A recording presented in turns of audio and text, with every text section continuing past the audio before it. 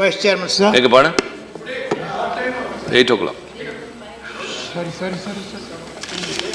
On the eve of the budget presentation, there are great expectations. Creation of jobs and relief in income tax and so on and so forth. But contrary to expectations, there is no effort to create any jobs. As far as income tax is concerned, the present ruling party was going on to say that income tax limit should be raised from 2 to 5 lakhs for the past 5 years or more. When there was the opposition and the UPA was in place, they were repeatedly telling that, and so one expected that at least in the 4th year's budget, the slab will be raised. But slab was not raised, but I must admit, standard deduction was raised to 40,000 rupees. But at the same time, education chess was raised from 3% to 4%. The 40,000 rupees, by raising 40,000 rupees, the government is expected to lose about 8,000 crores a year. And by raising this 1% as chess, government will get 11,000 crores a year. So they are giving it in one hand and they take it in the other hand. That is the position. Transport allowance of 19,200, medical reimbursement 15,000 under section 72 were taken away. Basic excise duty on petrol and diesel was rupees 2. Additional excise duty rupees 6. It was both 8 rupees comes to 8 rupees. That was also taken away.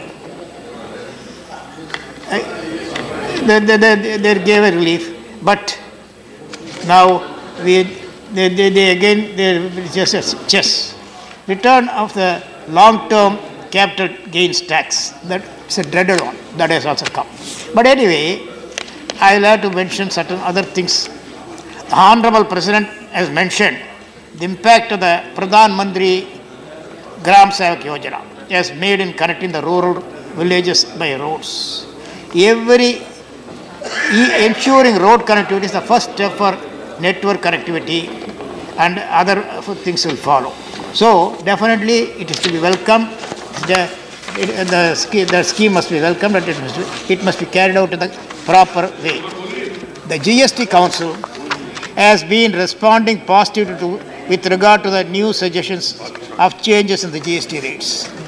I would like to bring to the notice of the Union Government the practice of levying GST on projects executed for the state governments, which amounts to a fiscal transfer from the states to the Union Government. In a way, it's a tax on states paid from the taxes collected from the people. Moreover, it also adversely affects the financial capacity of the states to execute works. I therefore request the Union Government to exempt the contracts executed for the state governments from the purview of the GST. Another thing, when MP-led scheme we gave amount to execute it, what they are doing is, there also the tax comes in. It is also comes into the GST. So these taxes must be definitely given up, and so that the entire amount earmarked for those things will be definitely proved to be useful. Post the 14th Finance Commission recommendations, then the vertical devolution of share in central tax was increased from 32 to 42%. The honourable members recollect the Government of India had reduced its share of the centrally sponsored schemes from 75% to 60%. This was done by the Government of India unilaterally on the pretext that states had obtained additional fiscal space due to the increase in the devolutions to states from 32 to 42%. Unfortunately, states like Tamil Nadu has suffered badly due to the 14th Finance Commission's recommendations. Therein, horizontal devolution share to the Tamil Nadu was reduced from 4.969 to 4.023. So we lose a heavy amount, and this can be corrected by the Finance Commission itself, or the central government to take it. Must be taken up again and see that justice is done to the states like Tamil Nadu. Few states only, not all states are losing. A few states like Tamil Nadu are definitely losing, and that must be made good. Such significant reduction in allocations has been noticed only in the case of a few states like Tamil Nadu. Therefore, the Finance Commission with reputed economists should have identified this shortcoming and should have provided a compensation mechanism to assure a minimum level of increase in devolution to all the states. The failure should be corrected only by the union government to bring fairness in resource distribution. I request the Honorable Finance Minister to provide a special ad hoc grant to such states, including Tamil Nadu, to ensure equity in central allocation. The Honorable President in his address has mentioned that my government is working to remove economic insecurity among the farmers, poor farmers. I am glad that the Government of India is implementing Pradhan Mantri Fiscal Bima Yojana to protect farmers from the vagaries of nature.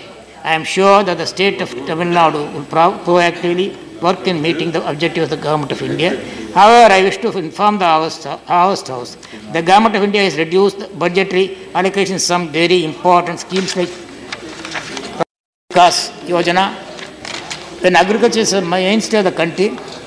Also, there are other schemes which cater to the rural poor areas and poor, like National Rural Livelihood Mission, the National Rural Drinking Water Program, and the National Urban Livelihood Mission, and the National Rural Livelihood Mission, which have also suffered a significant reduction in budgetary allocations in the last 3 years at the national level. The Honorable President in his address has mentioned that my government is committed to strengthening and modernizing school education system in the country. However, the union government has not increased the allocations to schemes like Sarv Shiksha Abhiyan and Rashtriya Madhyamik Shiksha Abhiyan over the last 3 years, and they have been largely stagnant. The investment we make in education sector are long-term investments, and if we do not make adequate allocations now, we may have to sacrifice on the economic development in the long run. I therefore request the Government of India to significantly increase the allocations of these vital schemes. I also wish to point out that many ministries have not been making releases of funds for the centrally sponsored schemes to states, and that have been committed by them on the ground that they have exhausted their budgetary allocations. This is really unfortunate, as it affects the resource planning of the state governments. Consequently, there is a huge backlog in release of grants from the centre, adversely affecting the implementation of the schemes. The Tamil Nadu alone has pending arrears of 6,696 crores to be received from the Government of India under various centrally sponsored schemes, which are pending for more than a year. I would like to state a few examples for the consideration of the Honorable Finance Minister of India. Under the post-metric scholarship scheme, an amount of 1,547 crore is pending for scheduled castes for more than a year. The annual allocation in the budget is grossly inadequate. There are pending arrears of 1,312 crore under the SSC and 1,588 crore under the RMSA for projects have been approved by the Central Project Board. Almost 3,000 crores are pending for the state. The Government of India has sanctioned construction of the 5 fishing harbours in India, in Tamil Nadu, at a cost of rupees 521 crore, which central commitment is 298 crores. Though the construction of the fishing harbours is nearing completion, release of 143 crores is still pending due to under-budgeting by the Ministry of Finance. I therefore request the Union Finance Minister to make adequate budgetary provision for the above ministries to enable the central ministries to honour the commitments made by them to the states. The Honourable President has mentioned that under Metro Rail program works in progress in 7 cities. Metro Rail project is being implemented in Chennai, and parts of the project are under commercial operations now. The project has transformed public transport system in the city of Chennai, and further for strengthening the metro rail network, the Government of Tamil Nadu has recommended to the Union Government to sanction Phase 2 of the Chennai Metro Rail project, and I request the Union Government to approve this project. I am glad that the Government has approved the Bharatmala, an ambitious highways development program at a cost of rupees 5.35 lakh crore.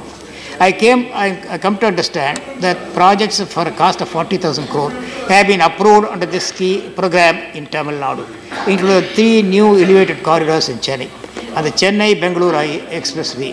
I request the government to expedite the execution of these projects, and I am sure that the government of Tamil Nadu will provide full support for land acquisition for these. Thank you, sir. Thank you, Mr. Balasubramoniyan.